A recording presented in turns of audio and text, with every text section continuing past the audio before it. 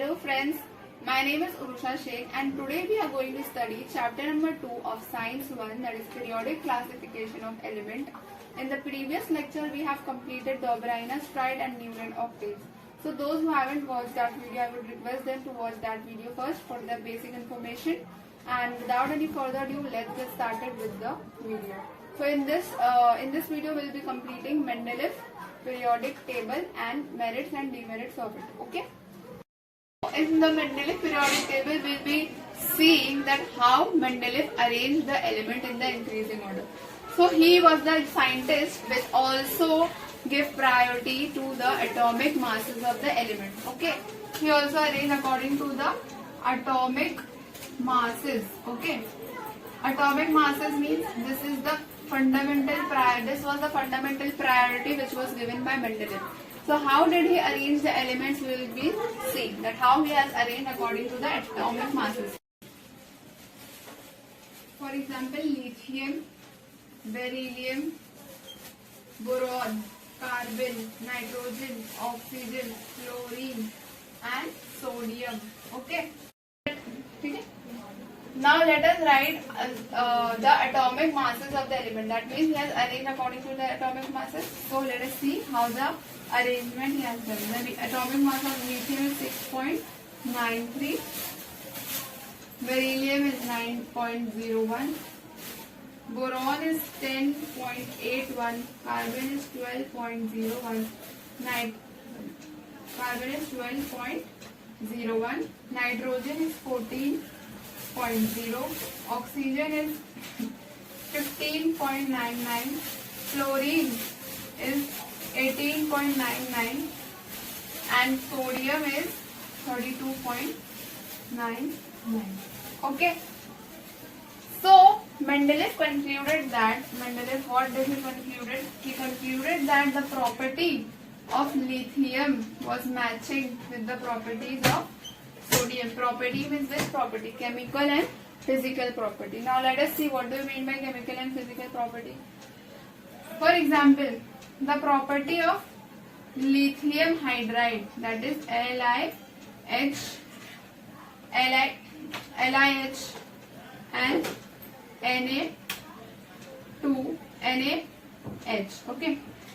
There is one molecule of lithium, one molecule of sodium.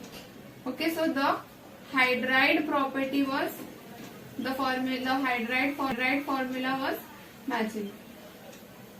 Okay, now let us come to oxide. Okay, let us see whether oxide is matching or not. Li2O, Na2O. So the oxide formula is also matching. Chemical property means the chemical formula should be same. Okay, so there is one molecule of lithium, one molecule of sodium, one molecule of hydrogen, one molecule of hydrogen, two molecule of lithium, two molecule of sodium, one molecule of oxygen and one molecule of oxygen. In this way we concluded that the chemical property was same. Okay, now what do you mean by physical property? Okay, what do you mean by physical property? Physical property means whatever the boiling point. Okay, the boiling point, melting point, density, all this comes under what? All this comes under physical property. Sorry. So what did Mendeleev do? Okay, what did he do? As he had observed under his experiment that the property of lithium was matching with sodium. So what did he do? Mendeleev ने क्या किया? Mendeleev ने ये किया कि उसने sodium को lithium के नीचे रखा. He put sodium under lithium. Sodium and lithium. Why? Because the physical and chemical property of sodium and lithium was matching.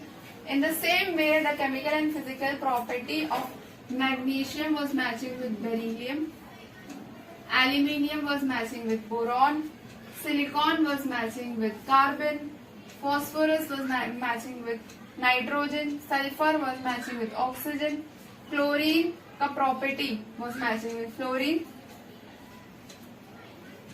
Okay, now this sodium we will remove from here. Why? Because we have already put over here. Mendeleev has already added because of the physical and chemical property is same. So we can say that the property of this element, okay, all these elements are same. All these elements are same. Okay.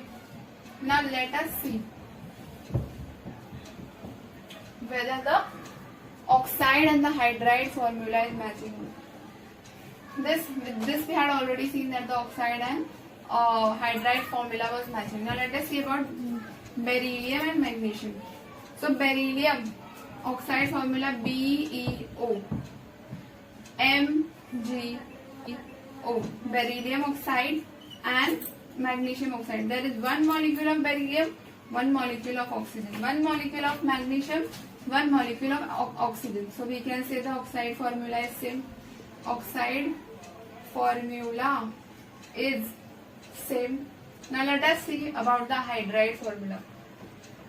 Hydride formula BeH2. Okay, BeH2 MgH2.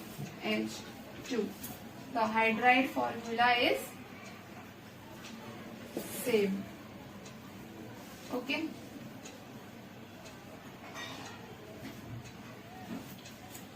Okay, understood? In this way, Mendeleev arranged all the elements one below the other, one below the other, one below the other. Why? Because all these elements were showing similar chemical and similar physical properties. Okay. Therefore, we have concluded that elements, now we'll write that, elements with similar chemical property.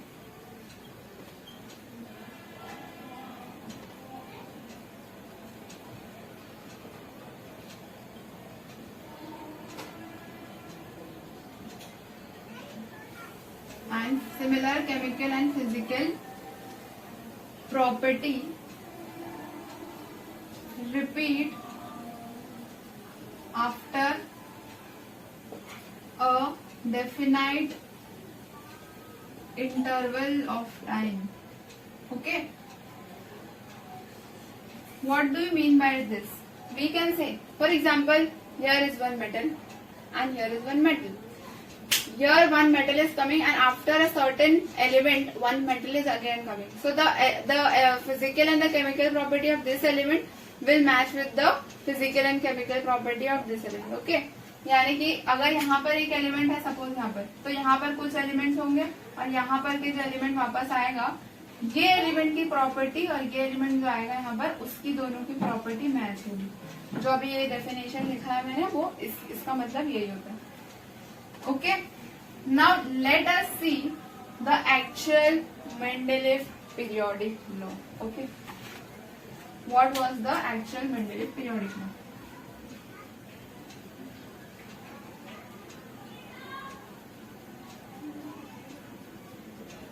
Here you can underline chemical and physical. Okay. What does the law say?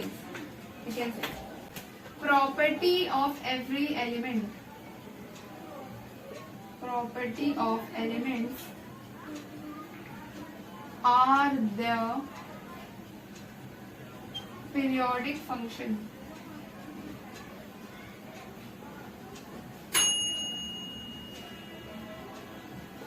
Of their atomic masses. Okay. We have seen property of element are the periodic function of the atomic masses. Now what do you mean by the periodic function? अभी हम लोग ने देखा periodic function मतलब कोई भी element definite interval के time जो दूसरा एलिमेंट आता है तो इस एलिमेंट की प्रॉपर्टी और इस एलिमेंट की प्रॉपर्टी मैच होती है. तो वही बता रहा है property of element as a periodic function. Periodic function यानी कि रिपीट हो रही है after a particular interval of time. Of their atomic masses यानी कि जो एलिमेंट्स रिपीट हो रही है उनके एटॉमिक मासेस के हिसाब से हम लोग देख रहे हैं ना. We are seeing according to the atomic masses. So therefore property of element are the periodic function of the atomic masses. Atomic masses also is very very important. Okay, I hope you understood this video. Now we'll be continuing with Mendeleev periodic table merits and demerits. तो Mendeleev ने ऐसा एक periodic table बनाया था। ये periodic table में क्या है, ये ग्रुप्स है और ये पीरियड है। ग्रुप मतलब 1 2 3 4 5 6 7 8, ये जो वर्टिकली जा रहा है ये सारे ग्रुप्स है। और ये पीरियड देख रहे, उसमें 6 पीरियड थे, मेंडेलीव के इसमें 6 पीरियड थे, 1 2 3 4 5 6, जो हॉरिजॉन्टली है, यानी कि ये पूरा एक पीरियड है, ये पूरा एक पीरियड है, ये एक पूरा पीरियड है, ये तो ऐसे करके टोटल 6 पीरियड्स थे। ठीक है, और आपको ये ग्रुप के अंदर ऑक्साइड और हाइड्राइड दिख रहा है। ऑक्साइड का मतलब ये R2O, RO, ये R2O और RO और RH, ये क्या है, यानी कि ग्रुप 1 के अंदर जितने भी एलिमेंट्स आएंगे वो ऐसा ऑक्साइड शो करेंगे। R का मतलब एलिमेंट, जैसे कि ग्रुप 1 के अंदर आया लिथियम, तो लिथियम कैसा ऑक्साइड शो करेगा, Li2O। सोडियम कैसा शो करेगा, Na2O। और अगर इसके नीचे हाइड्राइड्स है जैसे कि RH, तो लिथियम कैसा हाइड्राइड शो करेगा, LiH। समझ में आया? तो ये सब R का मतलब एलिमेंट, और जो भी ग्रुप उसके अंदर आ रहे हैं वो ऐसे ही ऑक्साइड और हाइड्राइड का फॉर्मूला शो करेगा। तो अब हम लोग देखेंगे merits of Mendeleev periodic table. Merits में क्या आता है, जैसे कि पहले बताया गया था कि बेरिलियम का एटॉमिक नंबर है 14.09, लेकिन लेटर ऑन जब मेंडेलीव जी आए थे तो उन्होंने प्रेडिक्ट क्या किया अपने एक्सपेरिमेंट की, कि बेरिलियम का एटॉमिक होता है 9.4। ठीक है, तो उन्होंने अपने टेबल में बेरिलियम को बोरॉन के पहले रख दिया। ठीक है, यहाँ पर देखो इसका एटॉमिक मास नंबर है 9.4 और बोरॉन का एटॉमिक मास नंबर है 11। तो बेरिलियम को जहाँ होना चाहिए था उन्होंने वहां पर रख दिया। ये हो गई हम लोग का फर्स्ट मेरिट। सेकेंड मेरिट ये थी, आपको ये 3 खाली डब्बे दिख रहे, 1 2 3, तो ये खाली डब्बे में उन्होंने इसलिए छोड़ा था कि क्योंकि जब फ्यूचर में जो भी एलिमेंट्स आते वो इन डब्बों में फिक्स हो जाते। ठीक है, तो कैसे इन्होंने डब्बों का नाम क्या दे रखा था, वो एलिमेंट्स के नाम जो इन बॉक्सेस में आते था, एका बोरॉन, एका बोरॉन, एका एल्यूमिनियम, एका एल्यूमिनियम, ठीक है, एका सिलिकॉन। तो ये सारे एलिमेंट्स के नाम दिए गए थे। एका बोरॉन, एका एल्यूमिनियम, एका सिलिकॉन इसलिए दिया गया था क्योंकि ये जो एलिमेंट डिस्कवर होते हैं फ्यूचर में तो उनकी प्रॉपर्टीज बोरॉन, एल्यूमिनियम और सिलिकॉन से मैच होती है। ठीक है, लेटर ऑन जब ये एलिमेंट्स डिस्कवर हुए तो इनका नाम पड़ा स्कैंडियम। स्कैंडियम, एका एल्यूमिनियम का नाम चेंज हुआ गैलियम। ठीक है, और एका सिलिकॉन का चेंज हुआ जर्मेनियम।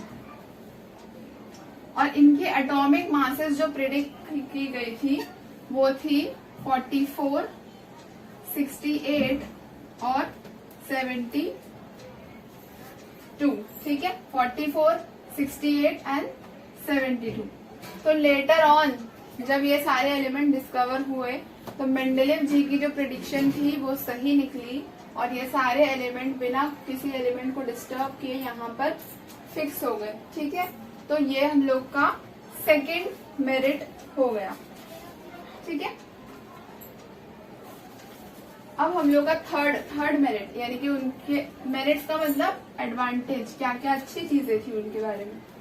ठीक है, बाद में आता है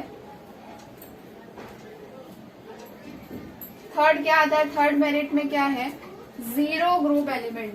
zero group element, zero group element का मतलब क्या, कि जब मेंडेलीव जी के टाइम पे जीरो ग्रुप एलिमेंट नहीं था, लेकिन लेटर ऑन जब वो जीरो ग्रुप एलिमेंट डिस्कवर हुआ तो बिना कोई एलिमेंट को डिस्टर्ब किए, बिना पीरियोडिक टेबल को डिस्टर्ब किए, वो सारे जीरो ग्रुप एलिमेंट इसके बाजू में आके आराम से सेट हो गए बिना कोई एलिमेंट को डिस्टर्ब किए।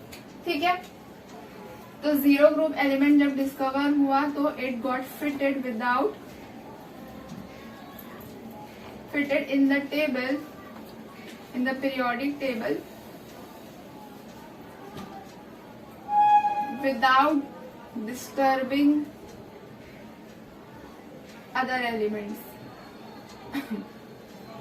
ओके तो ये सारे मेरिट्स थे, ठीक है, जो मेंडेलीव जी के टाइम पे दे दिए गए थे। जीरो ग्रुप एलिमेंट्स की कोई प्लेस डिजर्व नहीं की गई थी, कुछ किया नहीं गया था, लेकिन जब बाद में जीरो ग्रुप एलिमेंट्स डिस्कवर हुए तो वो बिना कोई एलिमेंट्स को डिस्टर्ब किए फिट हो गए थे, ठीक है। तो जीरो ग्रुप एलिमेंट जो है ना, उसको हम लोग नोबल गैसेस भी कहते हैं। क्या बोलते हैं? Noble gases. ये नोबल गैसेस क्या होते हैं? जैसे कि हीलियम, आर्गन, नियॉन, ये सब क्या होते हैं? ज़ेनॉन, क्रिप्टॉन, ये सब नोबल गैसेस के अंदर आते हैं। Helium, argon, krypton, xenon, radon, ये सब क्या है? नोबल गैसेस है, ठीक है। Demerit of Mendeleev periodic table.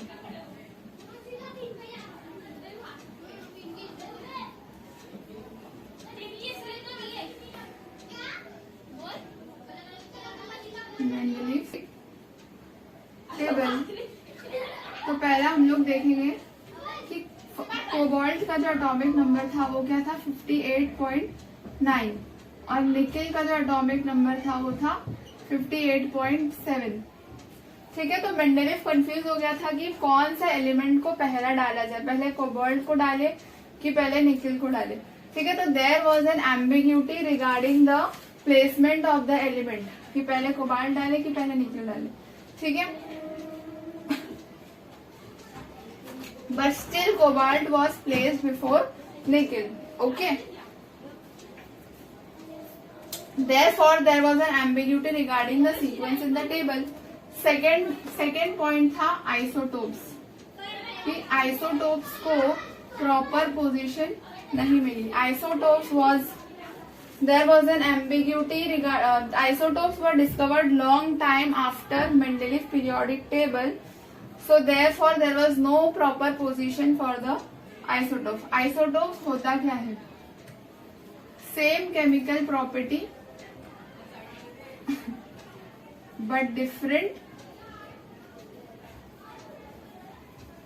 atomic masses, same chemical property but different atomic masses। अब इसका मतलब क्या होता है? same chemical property but different atomic masses। For example, carbon ले लीजिए आप। कार्बन का एटॉमिक नंबर होता है 6 और एटॉमिक नंबर क्या होता है? एटॉमिक नंबर होता है 6 और एटॉमिक मास नंबर होता है 12। एटॉमिक मास नंबर मतलब नंबर ऑफ प्रोटॉन्स अब प्लस नंबर ऑफ न्यूट्रॉन्स, ठीक है। Number of protons plus number of neutron. Number of proton 6 है और नंबर ऑफ न्यूट्रॉन भी कितना है? 6 है, इसलिए 6 + 6 12। एटॉमिक मास नंबर 12 होता है, ठीक है। लेकिन आइसोटोप्स किसको बोलते हैं? जैसे कि कार्बन का हम लोग ले लिए कार्बन 13। कार्बन 13 में इधर देखिए, इसका नंबर ऑफ प्रोटॉन कितना रहेगा? 6 रहेगा, लेकिन नंबर ऑफ न्यूट्रॉन कितना रहेगा? 7 हो जाएगा, ठीक है। तो एक एटम इसमें एक्स्ट्रा हो गया। एटॉमिक मास चेंज हुआ, केमिकल प्रॉपर्टी नहीं रही, कार्बन ही रहेगा, लेकिन एटॉमिक मासेस उसकी बढ़ जाएगी। तो ऐसे ही बहुत सारे एलिमेंट्स हैं, जैसे कि क्लोरीन ले लीजिए आप। क्लोरीन का यहाँ पर 35 एटॉमिक, उसका एक का आइसोटोप था 35 और एक क्लोरीन का आइसोटोप है 37। तो क्लोरीन तो सेम ही है, लेकिन एटॉमिक मासेस क्या हो गए? बदल गए। तो ऐसे ही there was an ambiguity regarding the placement of isotopes in the Mendeleev periodic table, ठीक है। अभी हम लोग आगे देखते हैं और क्या क्या उसकी डिमेरिट्स थी, ठीक है। तो we can say that there was a challenge posed in placing them in the Mendeleev periodic table, ठीक है। हम सेकंड देखेंगे।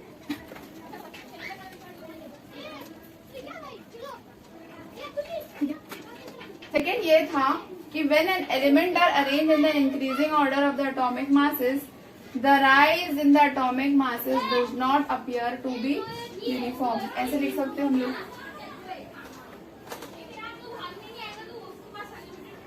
When the elements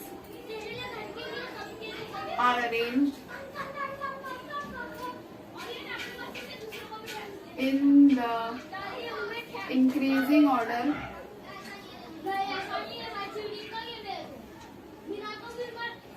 of their atomic masses. ठीक है, in the increasing or the rise in the atomic mass, the rise in the atomic masses does not appear to be uniform. इसका मतलब क्या है ये हम लोग एग्जाम्पल के थ्रू हम लोग देख लेंगे. ठीक है, अब जैसे कि मैं एलिमेंट्स यहाँ पर लिख रही हूँ. सोडियम, ठीक है, sodium, magnesium, aluminium, silicon, phosphorus, sulphur, chlorine. ठीक है, अब सबके मैं एटॉमिक मासेस भी लिख देती हूँ, जैसे कि है 23, 24, 27, 27.3, 28, 31, 32 और ये है 36.5. तो ये सारे एटॉमिक मासेस इंक्रीजिंग ऑर्डर में तो है, लेकिन इन दोनों के बीच में जो डिफरेंस है वो इक्वल नहीं है. जैसे कि 23, 24, 25, 26, 27, 28 ऐसा होना चाहिए था, लेकिन इन दोनों के बीच में डिफरेंस आप देख सकते हैं. डिफरेंस कैसा है, इसमें +1 का डिफरेंस है, इसमें 3.3 का डिफरेंस है, इसमें कितना डिफरेंस है 0.7. ऐसे ऐसे करके डिफरेंसेस इक्वल नहीं है. तो हम लोग ये बोल सकते हैं कि there was when the elements are arranged in the increasing order of the atomic mass, the rise in the atomic mass do not appear to be uniform. यानी कि ये यूनिफॉर्मली राइज नहीं हो रहे. ठीक है, तो ये इसका एक डिसएडवांटेज था. इसका और एक मेरिट्स क्या होगा कि जैसे कि हैवी एलिमेंट्स थे, जैसे हैवी एलिमेंट्स का मतलब उसका एटॉमिक मासेस क्या होगा, एटॉमिक मासेस उसका बड़ा हुआ रहेगा. जैसे कि कैडमियम, इंडियम और ये एसेंटिन. ठीक है, तो इसके एटॉमिक मासेस है 112, 113 और ये है 118. ठीक है, अब 112 और 113 में तो 1 यूनिट का डिफरेंस है. 112 और 113 में 1 यूनिट का डिफरेंस है. इन दोनों में 5 यूनिट का डिफरेंस है. तो हम लोग ये बोल सकते हैं कि ये दोनों एलिमेंट्स के बीच में और भी कोई एलिमेंट्स आ सकते थे.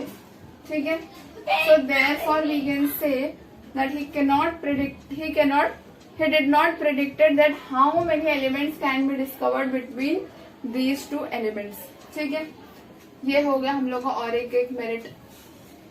अभी हम लोग नेक्स्ट मेरिट डीमेरिट. अभी हम लोग नेक्स्ट डीमेरिट में आते. हाइड्रोजन का जो पोजीशन था, position of hydrogen was showing ambiguity. ambiguity का मतलब क्या, ambiguity का मतलब कंफ्यूजन. कंफ्यूजन का मतलब हाइड्रोजन का प्लेसमेंट किधर होगा, इधर होगा या फिर कहीं और होगा. कहीं और मतलब क्या, हाइड्रोजन की जो प्रॉपर्टी थी ना, हाइड्रोजन का property was matching with halogens. Halogen मतलब ग्रुप 17 एलिमेंट को हम लोग हैलोजन भी बोलते हैं. ग्रुप 17 या फिर ग्रुप 7 भी बोल सकते हैं. तो हाइड्रोजन की प्रॉपर्टी किससे मैच हो रही थी, हैलोजन. जैसे कि फ्लोरीन, क्लोरीन, ब्रोमीन, आयोडीन, ये सब क्या है, हैलोजन है. तो कैसे मैच हो रही थी ये हम लोग देख लेते हैं. ठीक है, अब जैसे कि ये है मेरा molecular formula.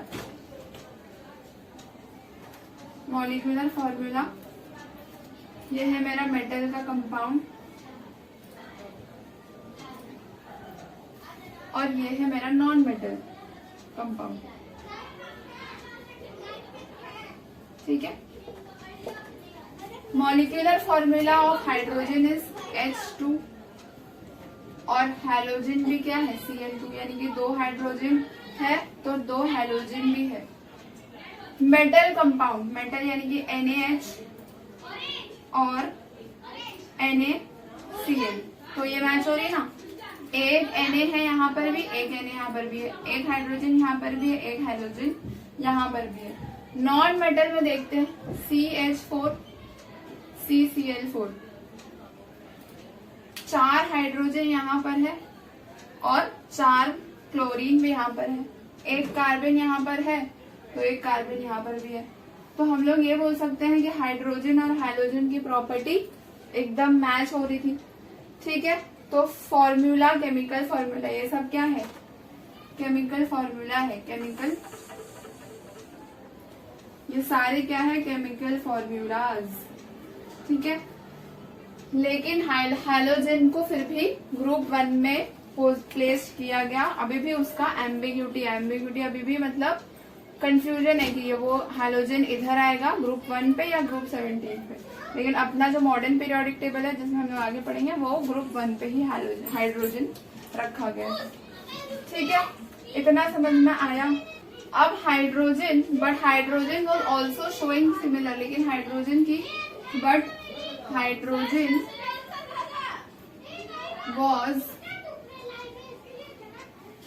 Also showing similar chemical properties with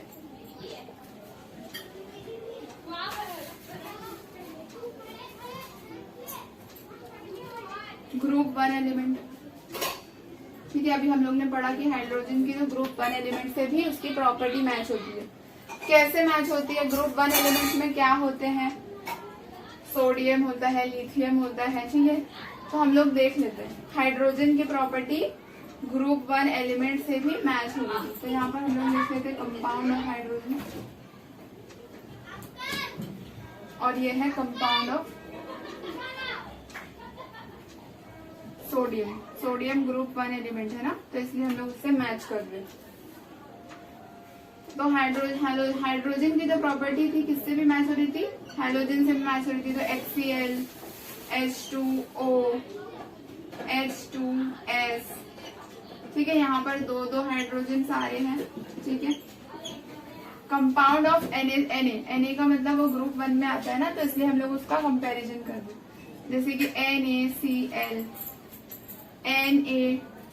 Na2O, ठीक है, Na2S, यानी कि ये सारे क्या है एलिमेंट्स, ये जो एलिमेंट है ये किसका एलिमेंट है, ग्रुप 1 का एलिमेंट है। किसका एलिमेंट है, ग्रुप 1 का। तो therefore there was an ambiguity that where the hydrogen will come, because it was showing similar chemical property with hydrogen was showing similar chemical. This point is very important. Hydrogen was showing similar chemical properties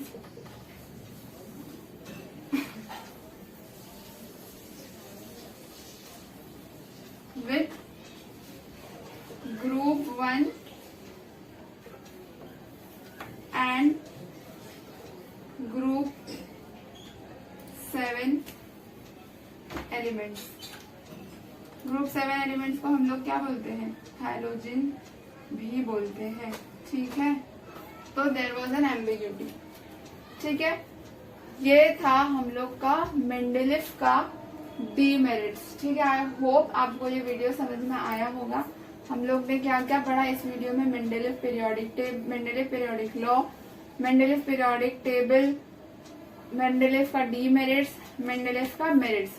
तो ये आपके exam point of view से भी बहुत important है। I hope you understood this video. Thank you for watching. अगर आपको अच्छा लगा हो तो लाइक, शेयर और सब्सक्राइब भी करिएगा।